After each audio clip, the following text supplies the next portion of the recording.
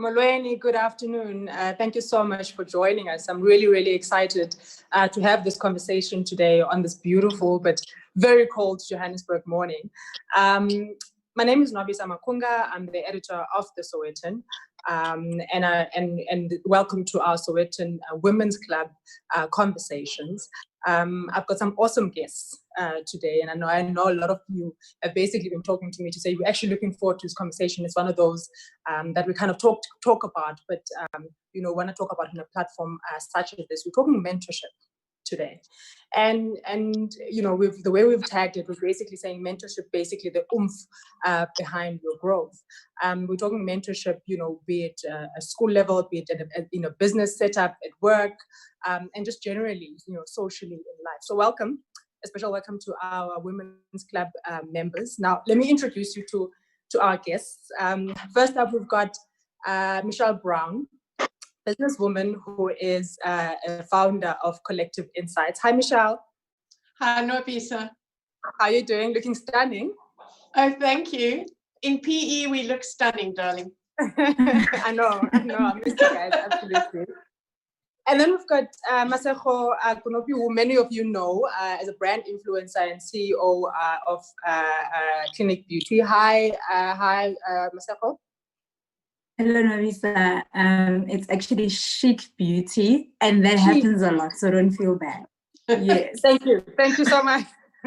Thank you so much. You're welcome. How are you doing? I'm very well, thank you. I'm very well. Just a little bit cold, but I'm good.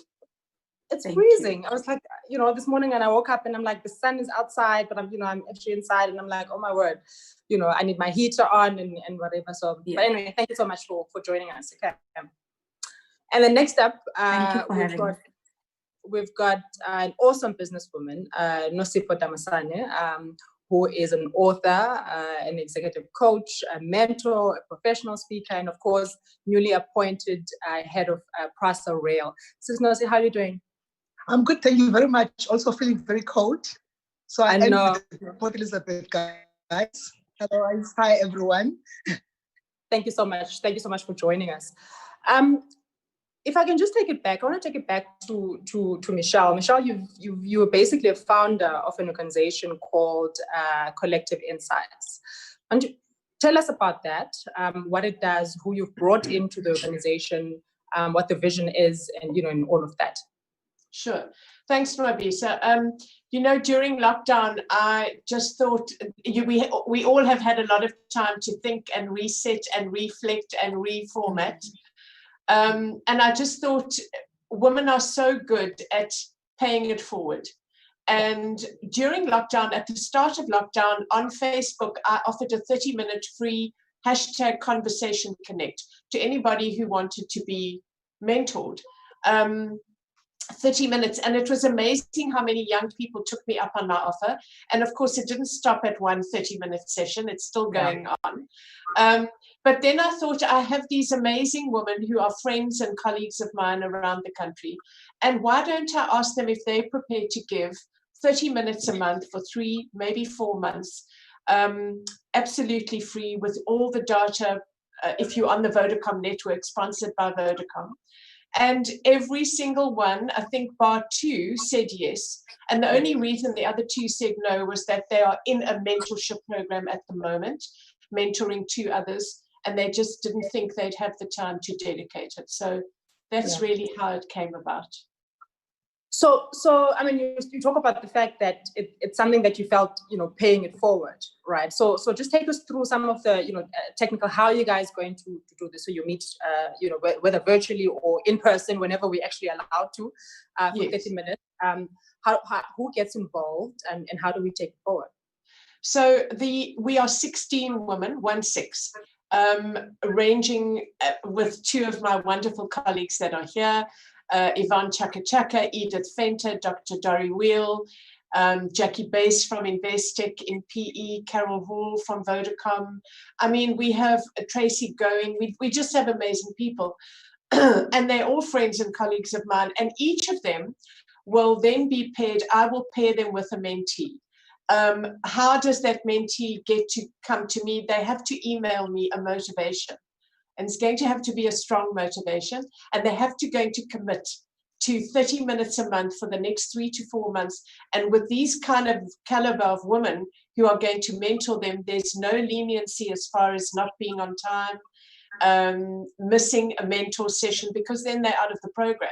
So it's really that they will have to email me as soon as possible so I can pair them with one of the mentors. And hopefully from next week, they are going to be able to get a session in already in June, because it will go June, July, August, maybe 2 in August. We're not sure. Yeah. Masego, you obviously jumped at the opportunity to join this initiative. Tell us what it means to you, but also mentorship in general. What you believe you have to offer to this, Masego?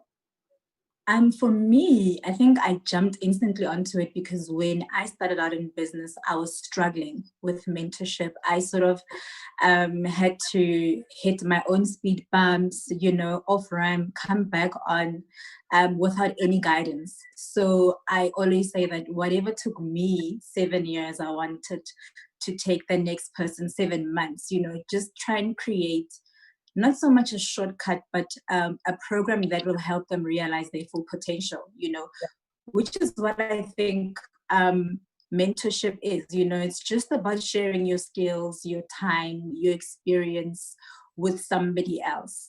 But I think what's important to remember is that we don't come in as mentors to change people, but we come to develop them. So we don't make them, we model them.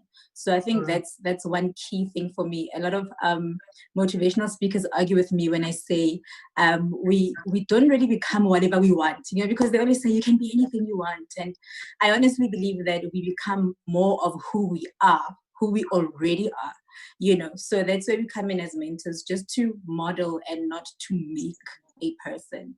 Yeah, we're not reinventing a wheel, as it were, but basically just maximizing somebody's potential. Absolutely. Sinosipho, I mean, you've done this. You've written, about this stuff. You've been an executive coach. You've been in business. You've sat in many boardrooms, and I just want to understand from your side, Sinosipho, so you coming into this and in a kind of multifaceted position. So you're coming into this to say that we'll walk a journey with you and try and maximize your potential. But you're coming in this with great insights about some of the difficulties that young women in particularly are facing in boardrooms. So talk us through what you believe that you have to offer to this program, but also to people who are part of it. When Michelle approached me about it, the first thing in my head was I wrote the book specifically because I thought it's probably the best way to mentor for somebody who thinks they do not have time. So when I was talking to you off camera and raising the fact that I think as a mentor, you become intentional about the time that you spend actually exchanging your experiences with other people as part of legacy as well for the next generation of leaders. So I care enough about the next generation of leaders now that I'm over 50. I think it's just gotten worse, to make sure that we actually build and leave people behind.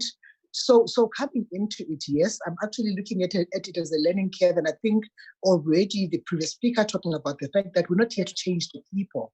We're here to share the experiences. So we ask more questions, we become more personal. We actually try to understand, because if you can't click with the person that you mentor or the person that mentors you, it becomes a problem. And in our generation, there was nothing called mentorship.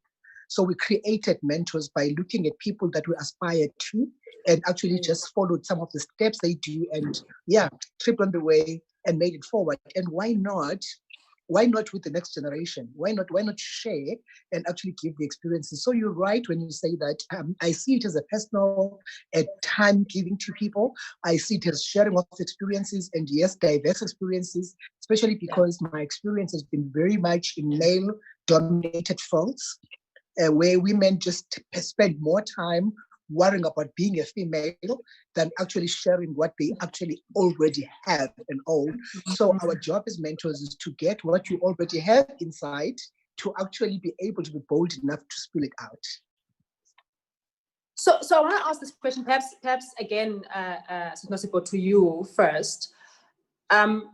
You talk about obviously experiences, and a lot of people will be like, well, beyond collective insights now, just mentorship in general, right? So a lot of people will be like, well, yes, I've traveled the journey, but what exactly do I have to offer anybody?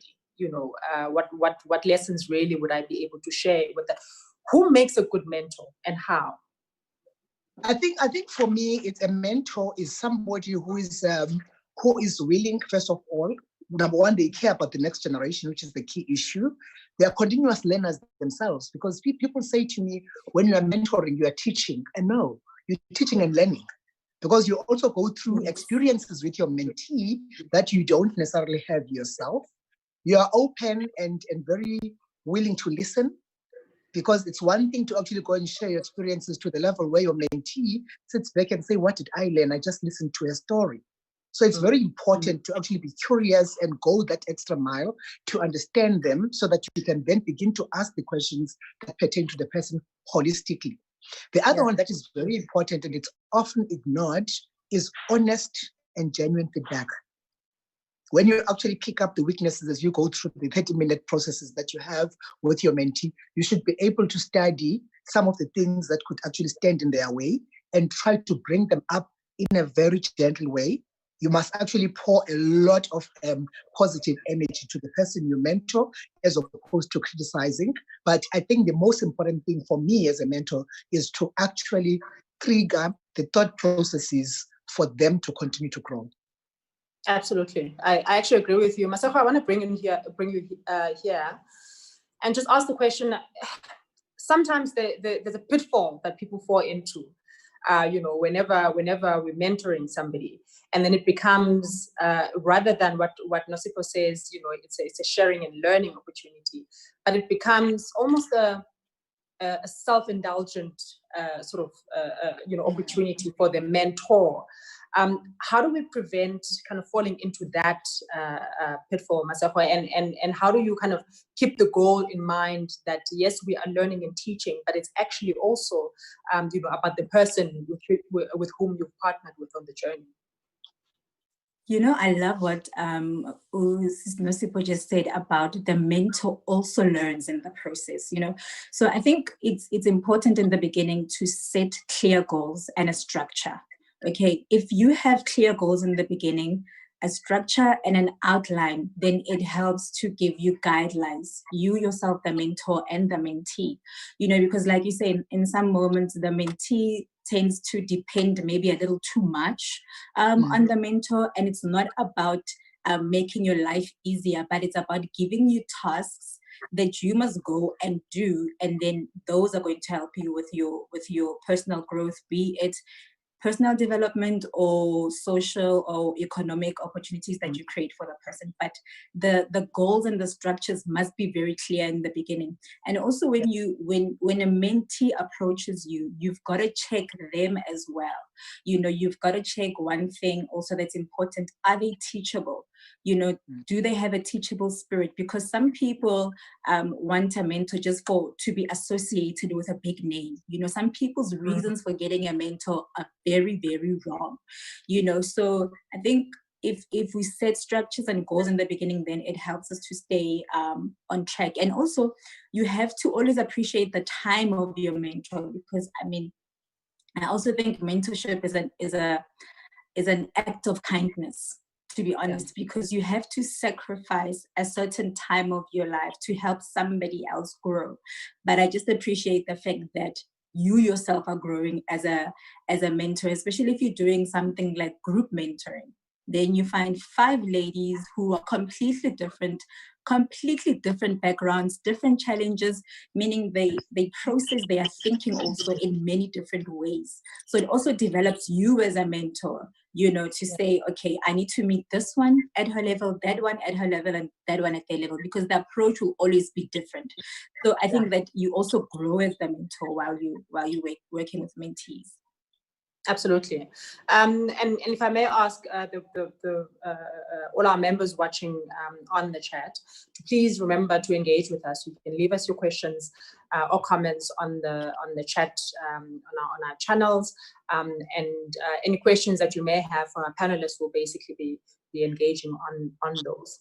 Michelle, I mean, you've done this for quite a while and in different kinds of ways. I mean, I know Collective Insights, this initiative itself may be new, but you've kind of gone through different kinds of mentorship, right? Mm-hmm. So what are you hoping this time on a very deeply practical level? What are you hoping that the people who are coming in to join the program would actually walk away with? So if you were to look back and say, we have done, this has been successful, what would be the things that you'd say these are markers of our success?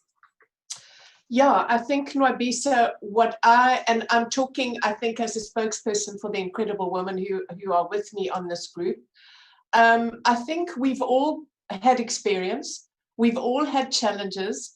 And none of this has been smooth sailing for any of us. Doesn't matter if the head of Prasa Rail or you are the head of Chic Beauty. We've all had obstacles. We've all had challenges. It's really how we've risen above them and overcome them. And I think Masego was right. And I think you too, Nosipho. In our day, not that Masego's my age, but in our day, there was no such thing as a mentor. No such thing as a mentor. And when you tried to maybe go and have a meeting with the CEO of a company as a young woman, you could never get past the gatekeeper. Yeah. And so I'm not sure how we ever did this without mentorship. I just think for me, I would want the 16 mentees to be able to walk away and say, in the last 3 or 4 months, something in my life, there's been a light bulb moment for me, and something has changed for the good. Even if it's one thing, I'm going to be happy that our initiative changed one life in one area, and there's been an aha moment, and they've just changed tack a little bit. We're not saying change your whole journey. We're not saying map a new route. We're saying stay on that road, but maybe just veer off slightly to the left where you were actually going to go right. Yeah. And we are there to guide you. That's all. There's a question here from Matsepo who's asking, how do you ask somebody to mentor you? And I'd like you, Michelle, as far as Collective Insight is concerned, to perhaps explain that again. But also I'd like, the two ladies to also just generally, a lot of people perhaps may be a bit scared. You see somebody, you like to approach them. Do they have time? How do you do that? So Michelle, on a practical level, Collective Insight, you did mention that they'll need to email you. Just take us through that again. And perhaps we can leave some of your details on the chat as well. But then after that, then the next two ladies can tell us just generally, how do you approach somebody and say, please mentor me? So for Collective Insights, the prospective mentees are going to have to send an email through to me and say, what do they want to get out of being mentored? Where are they now in their life? And why do they want, or do they feel that they need some kind of guidance and advice? And based on that motivation, I'm going to pair them or match them with one of the other women in my group. And I think before you move to Masego and Nosipho, I just want to say that I've got a mentor, and you know how I approached him? It's a businessman in town. I just said, may I call you? May I email you? He said, you may email me. I emailed him because you've got to ask what is most suitable to you, and email. Okay, so I emailed him and said, you have been in business for many, many years in this city. I am on my own as a businesswoman. I'm an entrepreneur. I don't have staff. I literally work for myself every day. I need to bounce off you whether I'm on the right track. May I ask for some of your very valuable time? I got a whole morning with him. But Michelle, let's be honest. You are Michelle Brown, right? You basically kick down doors open and you barge in and you're like, okay, I'm here, right? Right. But did you hear how nice I was? I was so nice on that email. No, So for some people, it may be slightly tricky, like, you know, their confidence issues, and am I really going to bother them, and, you know, that kind of thing. So perhaps to kind of turn the conversation around to say, to look at what is most important to you as the person needing mentorship, and what exactly you're thinking. It doesn't matter basically what they say. I'm going to have a strong head. I'm going to approach this person in however way, you know, and the worst they could do, I suppose, is to say no. Yes, but then there's always someone else waiting to help you. Mm-hmm. You know, Absolutely. people intrinsically, people want to help each other. And in this lockdown time and this time of COVID-19, it's one thing that I have seen with people. Most people, not all, most people are being kinder to one another, and most people do want to help where they can. Yeah. Safo, how do you approach somebody you feel a bit? You know, for me, my experience, I was actually in a social setting, you know, and I happened to be around a woman that I very much looked up to, you know, and it was a 50th birthday party, and I kind of snuck to her and I just said to her, I look up to you. I'm a young woman in business. Can I email you? And she was very happy, you know, so I emailed her. But I think the most important thing, because simply and loosely translated, mentorship is basically one person giving another one guidance. So when you approach a mentor, make sure that you are clear in the kind of guidance that you want, because people just kind of say, oh, would you mentor me? I'm not too sure what I want to be. I'm not too sure what business I want to start. Can you mentor me? You've got to know what you want. And then when you approach your mentor, be very, very clear. I think that's the one tip that I can give anyone who's watching today. Be clear about the kind of guidance that you would like to receive. I actually want to pair what Masako just said now with the question that has come through on the group chat. So yes, on the one, I'd like you to answer, you know, how you approach somebody. But there's also another question that I'd like you to answer, which is that what is the difference between being a life coach and a mentor? And perhaps is there even a difference? And I like what Masako is saying, that you need to be clear exactly about what you're wanting from a person. So if a person comes to you, are they looking for a mentor? Are they looking for a life coach? What is the difference? I think let me start with the last question to respond. That I always laugh when people ask me this question. I'm saying mentorship is free and coaching you pay for. So there's definitely going to be more in coaching. That's why you actually end up paying. So that's a simple response I'll give you.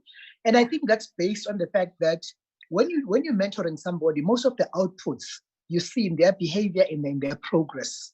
When you're a mentor, you need more. There's bigger assignments, more structured, more. The orientation is probably more mothering or fathering somebody than on the coaching side, because you want things structured. So though you are structured in mentorship, but I think the results are visible. It's things that you see as you go with the person. So it's very fine differences. Hence, I use money to make the difference. Say you pay for one, and the other one is free, and you should actually make the difference. For me, I've never really asked somebody formally to be my mentor. And I laugh when Masako says that you have to sort of maybe find the environment. I do exactly that. I find the environment and I talk to the person that I think I actually want to pursue a relationship with. And I will establish, I mean, these days there's social media and everything else. So I'll establish a way of linking to that person. And then I will start the conversation and start talking about things that are solid in our conversation that will lead us actually engaging. So it's a very much of an indirect mentorship that I've received. Other than that, I've actually watched people's actions and copied what I like and followed some of the things and research. And I think most people are approaching me as a person I can talk in terms of me trying to mentor them. And people use social media. And they actually ask me the question, where do you find the time to answer all of us? Because I know if somebody is actually raising their hand to say that they need help, it means they do. So as Michelle is saying earlier, people are always willing to help. At the end of the day, being a mentor does not dehumanize you. We are human. We're not perfect. We're also still learning. So when people come forward to say they are looking for help, we know that we're also looking for help. And therefore, we reach out. Even if you're going to say no, you still reach out to say it could be a time constraint, read my book, I now have a very good reference. I've written the second book. It's going to come out in 2 months.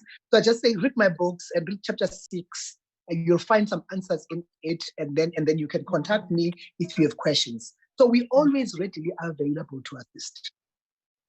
I don't know which of you ladies would like to actually take this question, but I keep on wondering, are there experiences perhaps that you've had in your mentorship journey where somebody has approached you and you've kind of walked a journey with them, but it one way or the other, it has not been fruitful, and what perhaps would have been things that would have prevented that relationship from reaching its potential, or fruitful, at least on their side? What are the things perhaps that would have been kind of pitfalls, or that would have prevented that relationship from being at its best? I don't know who of you ladies would like to take the question. I think if I can just start that. Sure. I think Masego hit the nail on the head, Nwabisa, in that whoever the mentee is has to be willing to be mentored. They have to put the work in. They have to put the work in. They have to show up on time. They have to do the homework if they are given tasks to do. They have to want to be guided. If they feel that they know everything and they just want to be aligned with a big name, as Masego said, that's not going to be the person that I'm going to match with one of the women, because I'll pick it up immediately in the email. I think they need to be guided. And I have to say that twice on the mentorships that I've been involved in, you have to understand that women, we very holistic. So what happens in our home environment impacts in our work. So we don't separate your workspace from your home environment. The one works with the other. And in one particular mentorship program that I was involved in, we actually advised our mentee to actually leave her husband because he was contributing nothing to her life, which impacted on her business. She was a one-man business. We said, he is not adding any value to you. In fact, he's stressing you out beyond every single day. You need to actually look at divorcing him, even though you have children. And she has. Yeah. Tough one. And I think I think just to add. Yes. Masego, go first. Go ahead, Masego. No, Masego first. I didn't want to add. Yes. Oh, okay. So I just wanted to add and say that I think what Michelle is saying is that if you're mentoring somebody, you cannot be afraid to get personal with them. There is no way that you can mentor somebody for their profession and not get personal about your own experiences and about your own mistakes, not necessarily guiding them, but sharing experiences and see if they will learn anything from what it is that you deal with. The second one is you as a mentor and somebody who has been doing it for a while, you spot the potential. You can see if somebody has just come in and they actually want to grow, and you can see people are not genuine about the growth itself, and therefore you make a decision at that point. So I have had some cases where mentorship has failed, and it is because follow through is the first thing that sells. Secondly, they will always be late or have an excuse or cancel the session, and then you realize that these people are not actually in this business. They're here for something else. There's a question here, perhaps Michelle, you could take this one. It's from C. Boto asking, do you only mentor women? I think, Wow. that is open to debate. I think, though, that the women, the 16 women that I've approached to be mentors have all said yes on the basis of mentoring younger women.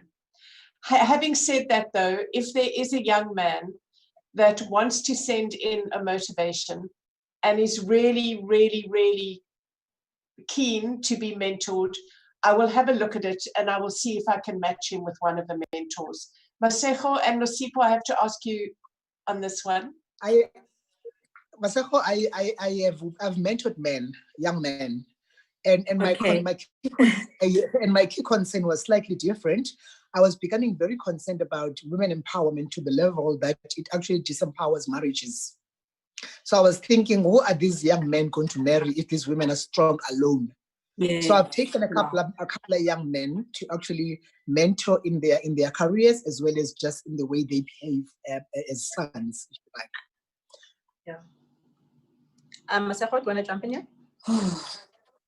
Oh, okay. Well, I have never had an experience with a male mentor. And, I think with cross-gender mentoring, obviously you will run into different kinds of issues. I mean, I've had moments where I was once mentored by a gentleman, and from time to time, I found that the lines were getting a little bit blurry. He tends to sort of just cross the line, so I'm still a little bit wary with men. As much as I agree with Sis Nosipho, men also need mentorship. I posted this on my Facebook yesterday, that I think even with the gender-based violence that's going on, I think it's because men don't have enough mentors, so I honestly believe that they do need mentors. At the moment, do I think I could mentor a gentleman? No, honest truth, I don't think so. Yeah. What I'm loving about what you ladies are saying is really the importance of boundaries, and as well as the importance of somebody actually investing, their time and learning, from the experiences that they're being taught. And so on any kind of ordinary sort of day or whatever, or mentorship relationship, you may find that you have people who you are mentoring for a short period of time. And there may be, some people who you mentor for a longer period of time. Is there a healthy sort of time frame where you can say, I've had a mentorship relationship with so-and-so, and I think now, they're actually ready to kind of do things by themselves, or the relationship itself, there isn't much more that we can actually give, to each other at this stage. Is there like a time frame, or is it just one of those kind of open-ended things, as life carries on? I think we've had to, Wabisa, put a time frame on it, simply because of the women that are on this group are all incredibly busy women. Not that that should matter, but they are. And I've asked them personally to give of their time. So 30 minutes a month for the next 3 to 4 months is what they have agreed to. I'm not saying that in January of next year, one of your mentees just wants to pop you a WhatsApp and say, by the way, you remember you said that I should apply for that job? Well, I applied and I'm starting 1 February. That's fantastic. So just to keep in touch, but not to have specific 30-minute structured sessions ad infinitum. No, there's got to be a boundary. Nosipho? I sort of agree with you, Michelle. And I always put mentorship as more like CEO contracts. There's so much you can do for your organization before somebody else must come and bring a different dimension to the same life. So it definitely has to have some timelines, and some relationships just evolve by themselves, and they probably move away from being a mentee-mentor relationship and become something else. Just maybe somebody you bounce ideas off, as Michelle is saying. So yeah, I think timelines for me are based on the fact that how much can you actually, and what I've found without moving away from this one is the fact that some people, you may not necessarily mentor them in the long term, but you can open your network to them, because we also come with a whole network environment that they do not have. Like you were saying earlier, entering a CEO's office is not a straightforward thing. So most of the time, maybe you no longer have a relationship, but they can just say, do you know Michelle Brown? And I say yes, and they're like, can you please, I'm trying to get hold of her for something like that, etc. So there's more into this relationship that you build, especially if you can. I think your answer to this question also very nicely segues into, there's a question here from Dumeling on the chat, who's basically asking, how important is it to get a mentor in the same space as the mentee? Is it important, perhaps for practical reasons, the lessons that you guys, may be sharing, or is it not important because you perhaps dealing with certain principles that would apply across the board? So how important is it to be sharing the same kind of space or industry with your mentee? I think that the women that are on this group all have a collective experience, and they have a collective breadth of knowledge. And so I don't think it's necessarily that I must pair Masejo with someone that wants to get into the beauty and fashion industry. I think that Masejo has enough experience and breadth of knowledge to be able to mentor in a general sense. And I don't have to pair Yvonne Chaka Chaka with someone who wants to be a singer. I don't think that it's, I think we all have enough experience generally. And I love what Nosipho has touched on. We all have a network that younger people don't have. They don't know how to access the MD of Volkswagen South Africa. We know how, and we're not going to give his cell number out to our mentee, but we are going to give his email address with pleasure. I love connecting people, Nwabisa. I love putting people together. I know, trust me, I know. You put me together with a lot of other people, so I definitely know. Masako, do you want to jump in here?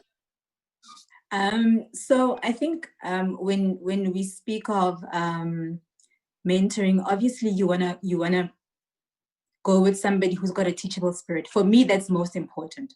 So the person doesn't necessarily have to be in my industry, like Michelle has just said, because also remember, a big part of mentoring is personal development and growth. So you could just be working on the person's character, you know, and how they react in situations, how you respond to maybe trouble, or how to respond to, we're going to tell people later on how to respond to something like a pandemic, because we would have survived this COVID-19 that's currently happening. And you can give somebody 10 years later that's going to come across a different kind of pandemic, you know, and just help them to maneuver around. They don't have to be in the same industry as mine. So I think character development, more than anything, is key. So whether they're in the industry or not, it doesn't make too much of a difference, but it can have an added advantage if it's somebody in the industry that you are in, because you're an expert in that industry, you know, but I don't think there are any limitations. There's a question which I think actually is interesting, and maybe it's not so you can tackle that one. I imagine you agree about the you don't have to be in the same industry, you know, etc. with somebody. But there's a question here which is basically asking that, what if though you are needing somebody who's going to even try to help you figure out what you want to do? So you're kind of in that space where you're not quite sure, you know perhaps what your talents may be, you think you may know, but you're not quite sure what is it that you want to do. So you know, approaching somebody to say you need them to mentor you, would that not be beneficial then, to be approaching somebody perhaps in an industry that you are thinking of kind of going into, or is that not important? It's actually not important. I think for me, I make a difference between role modeling and mentoring. And you find that the industry alignment is very strong on role modeling. You're already seeing people in your industry, and therefore you want to pursue your growth in that industry, and therefore role modeling works in there. For mentorship, it's experience. You might actually go and discover from Masejo that you actually want to be in the transport industry. And they actually are even in a position, going back to networks, to say, I will link you up, because I think that in all these interests that you have, you actually probably more or coming out stronger, or even advised to say maybe you want to go into the next level of it, to go and do assessments to understand the way you're actually built and how you think, and therefore where do you lean towards in terms of where your career goes. So that advice you can get from anybody. It doesn't matter what industry they're coming from. Ladies, let's talk walking into a boardroom. So slightly different from the mentoring conversation kind of in general. A lot of women particularly, you know, they walk into a boardroom very intimidated by what happens there, very intimidated just by sometimes the culture, you know, of that. So I want to challenge you now to start mentoring us right now. So you walk in, and what are the things that perhaps you would advise people, particularly young women, to say, this is how you make your own impact. So this is how you get your voice heard. This is how you kind of establish yourself without being the sort of the little person in the room, you know, if you want to call it that. How do you actually establish yourself? And perhaps, Michelle, if you want to take this one first. Sure. I think you've hit the nail on the head where you're saying younger women who've never experienced this before, because all of us on this group all of us, including you, Nwabisa, have experienced walking into a boardroom, and when the tea time comes and the lady puts the tray on the table, we're expected to pour the tea. Those days are long gone, darling. And I just open my diary and pretend to be very busy. I'm not, unless I'm hosting. If I'm hosting that board meeting, I'm seriously happy to pour the tea. But I think someone once said, when you walk into a room, and it doesn't matter, or into a board meeting, it doesn't matter what age you are, you've got to own your space. Mm. And you've got to walk in with confidence, because trust me, if you walk in meek and mild, the other people in that room will pick up on that in a heartbeat. And that's how you will be perceived, meek and mild. And they will seat you in the back corner of the boardroom table. I'm not going to the back corner. I would say we must go into the middle of the boardroom table and seat ourselves in between two other people, introduce ourselves to them, and own our space. And it's something, I understand that if you're not confident, it's not easy to do. But we have to step up, particularly as women. And we do have to own our space. Because you know what? I'm sorry to say this here, but I don't care if you're the CEO of Aspen, or if you are the junior sales manager at Volkswagen. We all go to the toilet. Am I right? I agree with you. I'm sorry. We are all the same. Masefo? Listen, this is why I really love Michelle. We all go to the toilet. I think she said it all, and the key thing is about who you are walking into the boardroom. You know, it always starts with you. You know, so if you walk in meek, like Michelle said, then people are going to pick up on your energy. You know, so I think it's all about who you walk in as, because you know that person, you own that person. And however you treat yourself is how other people are going to treat you. And all the men in the boardroom are going to pick up on your energy, on your confidence. And it's really about what you're adding to the meeting. Your accolades will speak for themselves and so on. But it's more of who you are walking in.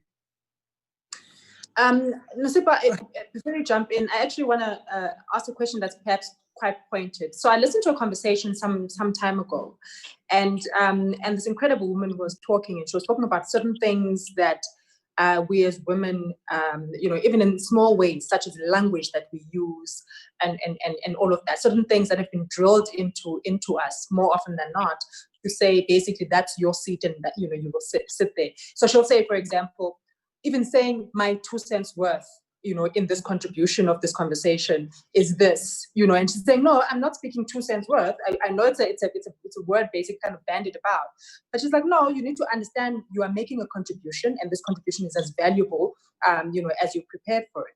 What do you think, Nosipa, in your view, are certain things that perhaps we need to unlearn in order for us to be able to find that space and actually own the space that, you know what we know and present what we know? I think three things, Nwabisa, and the most important one is, and I always say this to the people I mentor and the people who ask me this question about the boardroom, there's something about that handshake. You know, when women are greeting, and it's like, Yes. like something is just crawling in your hand, you want to run away. So the first thing that you do to actually completely collapse men in the boardroom is the handshake. And that's the advice I'll give to any person listening, and anybody who actually wants to make an impact, is you need to do that handshake like you've never done it before. That immediately establishes that this is not a weak link. Yeah. So that's the first thing. And then the second thing that I always advise people to do is do not take the meetings for granted, even if you are going to be an observer. Do your homework. Know the boardroom you're getting into. Know the people who are important, who are actually in that room, and what you want to talk about to them during tea time. I don't care if it's rugby or cricket, as an opening up of a statement, because we are afraid when men get into the boardroom, they use the intimidating stuff. So they'll talk about the rugby this week, and then you shock them when you start talking about the trust or what happened in the cricket field and the wickets, and then they begin to respect you and look at you differently. Wow. And you can actually manage to get them into a space where you influence them on the way. It's not being weak. It's an entry level. Before you notice, you find them talking about what they cook. Sincerely. And the fact that they did groceries this weekend with their wives. But they will not start there. You need to get in and then pull out of it what you want. Wow. And then the third one, I think, is this important thing of saying, when I make a presentation, everybody's going to listen. So I'm going back to saying you have to make sure you've done your work. Yeah. And I think it starts perhaps from a very young age. Yes, it kind of obviously doesn't end there, but I think it starts with what we teach young girls. So mothers, what kind of language are we speaking to young girls or young men actually? So what kind of language are we speaking? What lessons are we telling them? What image are we really kind of passing on to them? So perhaps I'd like you ladies to talk about, I think one of you mentioned much earlier that you need to have a positive energy and one that is building. So in this program, as in mentoring in general, what kind of lessons are you wanting to, beyond your own experiences, but what kind of lessons are you wanting to actually impart in basically saying this is what you need to think of yourself, this is how you need to view yourself, both as young women, be it you're in university, you're in school, or you are in a boardroom leading an organization. Michelle, you can take that. I think Nwabisa, that I think Maseko said it just now. If that person doesn't believe in themselves, how do they expect anyone to have any confidence in them? We all, and particularly now, business and the economy is dead. We are trying to rebuild it, not only here, globally. And it's going to be those people who walk into your office or if you can't do physical face-to-face meetings or interviews, on the Zoom, on the MS Teams, whatever the case may be, and they're going to sit there and they're going to have a presence and they're going to come across as confident. I know what I'm good at. I know what my strengths are, and I play on those strengths in business. What I'm not good at, I outsource. I'm not good at technology. I outsource. I have a fantastic IT guy who knows that he's got to be on my speed dial. I don't care what time of the day or night it is. And he is, and he is amazing. But someone said to me, surround yourself with people who are better than you at what you do. And that's about being a team. I think that people, as Maseko did say, honestly, if you're coming to me for an interview, if you're sending me a motivation to be a mentee on this program that only has 16 slots, best you send me the most amazing motivation, because otherwise you're actually going to get lost with the other 100 that are going to send in. I can only choose 16. Unfortunately, I only have 16 women. So unless you are absolutely believing in yourself, but you need guidance as to where to go from here, which is where the mentoring comes in. But that self-belief has to be evident. Ladies, I don't know if you agree with me. Absolutely. Absolutely agree with you.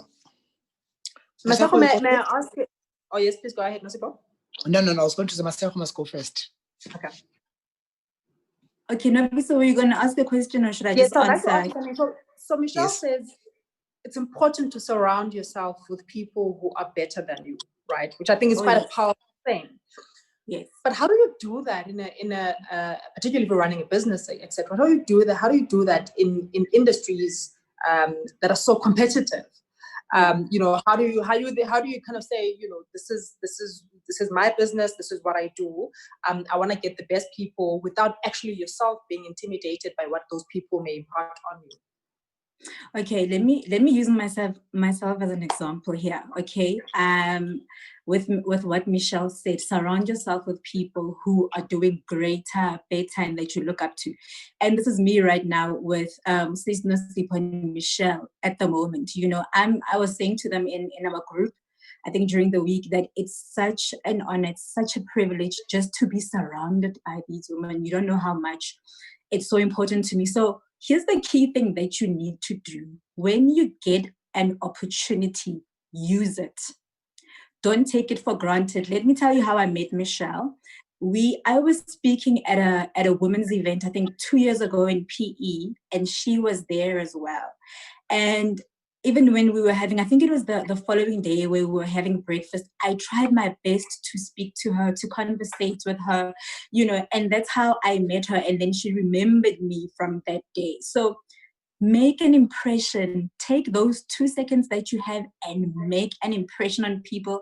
Make sure people don't forget you, so that when you reach out later, they say, oh, it's that smart girl from that other event, or it's that girl that spoke about my shoes or whatever. Just make a lasting impression on people. And that's what I did. Surround yourself with people who are doing way better than you. I mean, the people on this chat are way ahead of me, and it's just such an honor to be, just in the same group as them. And also for me, what should stand out if I'm going to mentor somebody?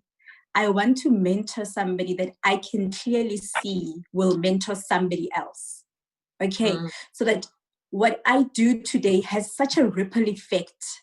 If I've mentored you this year, you're now going to mentor somebody else 2 years from now, and that person is going to mentor other people. That's very important, because remember, we can't reach everybody. So if what you touch turns into something else, then for me, it's happy. So I want to see that quality where I can say, this one will definitely mentor somebody else. Because also in my business, I run a skills business where I help people start their own, become micro entrepreneurs.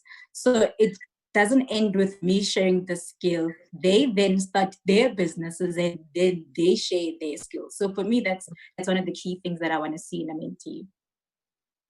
So it's not about the South African economy is in trouble. The world over. COVID-19 has basically done the most for us. And a lot of people are like, well, it's time to restart how we do things, right? I've always had this belief, and perhaps I'm wrong, I've always had this belief that more than what we do in business, it's how we do it and the principles with which we apply, the culture, organizational cultures that we build, that actually influence the how successful our businesses become, our organizations become. What are the key things, perhaps in your view, that you think we would need to change, kind of here going forward in how we do business, and what are those lessons? What lessons are you wanting perhaps to impart on younger people who are in business to say this is how we change those things? We've been talking about the 4IR and the AI for a while now, and COVID has just come in to propel it. Yeah. So it's up to you to, COVID has got a bad side in it because it's killing people. It's not great. We are all sick, etc. But there's also a silver lining in terms of the things that we have delayed to do, we have now been forced to do. Yeah. So companies have no choice but to look at 4IR as a reality that we are now in the fourth industrial revolution, and therefore revolution, and we are going to use IT to actually survive. Yeah. The other silver lining that we're not noticing is the fact that because of the age restrictions that we're having with COVID, we're actually noticing that most people who are over 60 are compelled to stay at home because of the age or underlying realities in their health. What you will see post-COVID is that there is going to be an amazing opportunity for young people to take up those jobs, because if you are over 60, you are thinking about your retirement, and we are forced to retirement by COVID, you will rethink going back. Okay. So there's just a lot of things that we need to think through that are opportunities in terms of how we do things, and where the opportunities are going to lie in terms of people coming up with new opportunities. Yeah. Going back to culture, I think you're touching on something that is very close to my heart. Inclusive leadership, diversity are big things for me, as well as engagement of employees as part of developing a culture of delivery. And you will find that companies that actually had solid cultures are able to move forward now in terms of retraining their people and making them understand the post-COVID unknown. And because there's a culture in the organization, people will be able to take the leap of faith into the unknown without too much panic. Yeah. And a certain culture that is really much about people, beyond not only just the work that we do and the operations that we do, but one that actually invests in people. And in my view, I think mentorship is a big part of that. I think, Anobisa, so without cutting you on that, I always say to people, leadership is only and only about people. There's no operations without people. There's no assets that will do anything for you without people. So leadership is equal to people. So if you're not doing anything on your people to build a culture, to train them, to reskill them, to communicate and engage with them, allow them to criticize you and actually talk to you as an equal in terms of innovations, because if there's trust in any entity, you'll find that people are actually open to work with you even during tough times. Yeah, absolutely. Ladies, we've only got a few minutes left, and I want to give you perhaps 1 minute each. Just as you're talking about mentorship, this initiative that you are part of, just kind of to wrap up each and basically talking about what you are wanting to give, and what you are hoping other women outside of this initiative, whether other women, in particular in business, would be willing to actually lend a hand in paying things forward. Perhaps if I may start with you, Nosipo, and then move up to my other guests. I think I've given the takeaways. I think the most important thing is that we all have a mentor, whether they know us or they don't, because we're either looking at them and using the role modeling aspect of mentorship. Some people have got formal coaching and some people do have mentors. What I would advise people to do is that, and I think it's Masego who said, you get this opportunity and you must use it. I always say you have one opportunity. So Michelle has come up with this amazing initiative. She has opened up her network. She's actually just done that. She's opened up her network to 16 other women in South Africa who understand business and who have experience to actually share with you. So if you get this opportunity, it might be just that one lifetime opportunity you have to actually make a difference of your own life. Super. Thank you so much. Masego? I think for me, the key thing, I've already said it, is I really, really want to be around people who are also going to share themselves. I really want whatever I impart to have a ripple effect. So I really want somebody who will have a teachable spirit, take advantage of that 1 second, that opportunity, because God does give us opportunities to be in a room. To be in a room with the right people.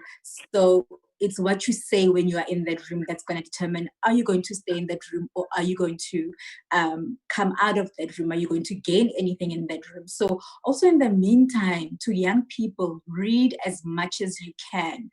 Sis Nosipo said it about going into a boardroom, do your research. Even when you approach your mentor, do your research on your mentor. So read as much as you can about your industry, the one you want to go into, your mentor's industry, and everything else, the economy, how is COVID affecting everything. Just be somebody who's constantly reading so that you can also share yourself with other people.